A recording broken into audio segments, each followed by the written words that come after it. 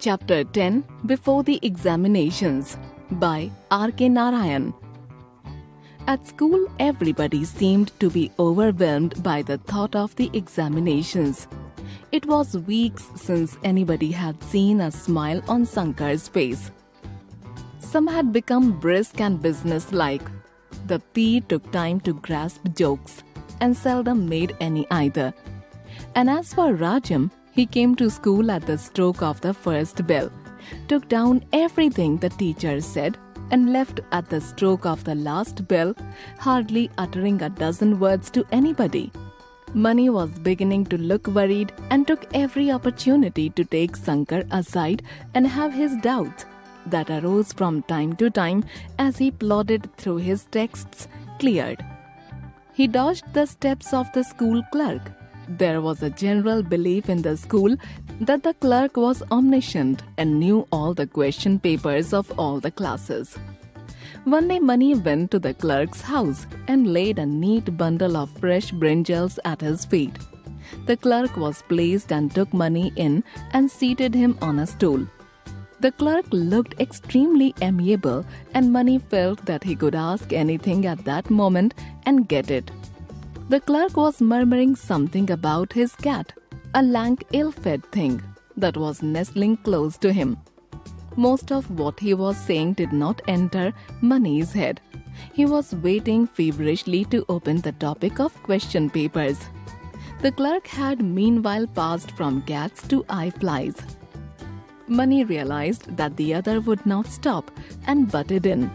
"There is only a week more for the examinations, sir." The clerk was slightly puzzled. "Yes, indeed, a week more." "Sir," Mani interrupted. "I am much worried about my examination." He tried to look pathetic. "I am glad. If you read well, you will pass," said the oracle. "You see, sir, I am so worried. I don't sleep at nights, thinking of the examination. If you could possibly tell me something important, I have such a lot to study. Don't want to study unnecessary things that may not be necessary for the examination." He meandered thus. The clerk understood what he was driving at, but said, "Just read all your portions and you will pass." Mani realized that diplomacy was not his line. He asked bluntly, "Please tell me, sir, what questions are we getting for our examination?"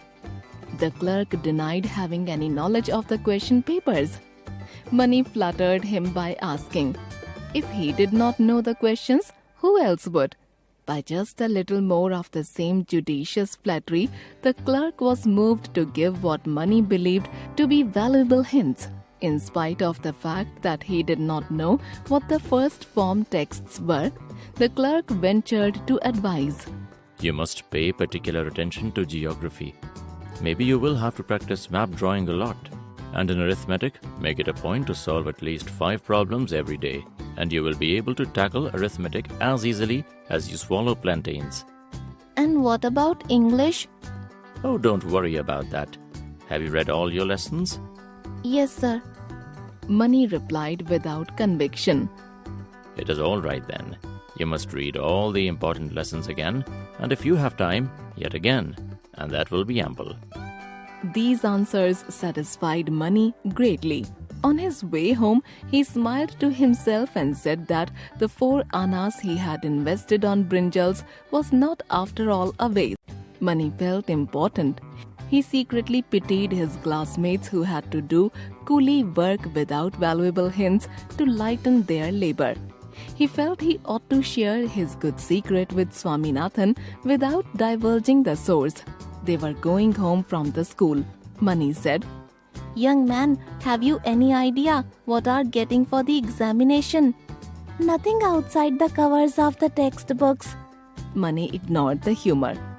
"Now listen to me carefully. Do you know what I did last night from 7 to 10? "Munched groundnuts?" "Idiot, don't joke. I made 2 maps of India, 2 of Africa, and 1 map of Europe. See all the maps in the atlas."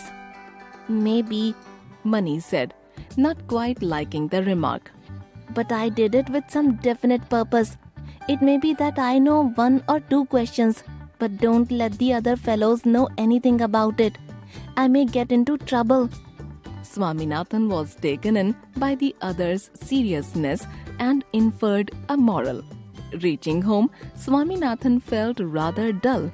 His mother was not at home. Granny was not in a talkative mood.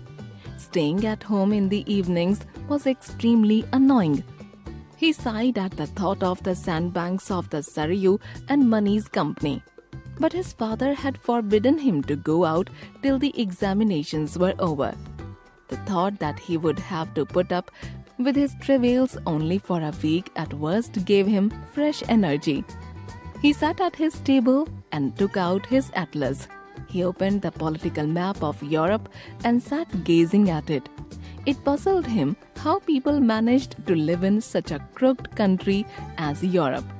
He wondered what the shape of the people might be who lived in places where the outline narrowed as in a cape, and how they managed to escape being strangled by the contour of their land. And then another favorite problem began to tease him. How did those map makers find out what the shape of a country was? How did they find out that Europe was like a camel's head? Probably they stood on high towers and copied what they saw below. He wondered if he would be able to see India as it looked in the map if he stood on the top of the town hall. He shook himself from his brown study and copied the map of Europe. He kept the original and his own copy side by side and congratulated himself on his ability to draw, though his outline looked like some strange animal that had part bull's face and part camel's. It was past 7 by now, and his father came home. He was greatly pleased to see his son at work. That is right, boy, He said, looking at the map. Swaminathan felt that the moment was worth all his suffering. He turned over the pages and opened out the map of Africa. Adapted from Swami and Friends. There are no shortcuts when it comes to preparing for an examination or any important event in our life.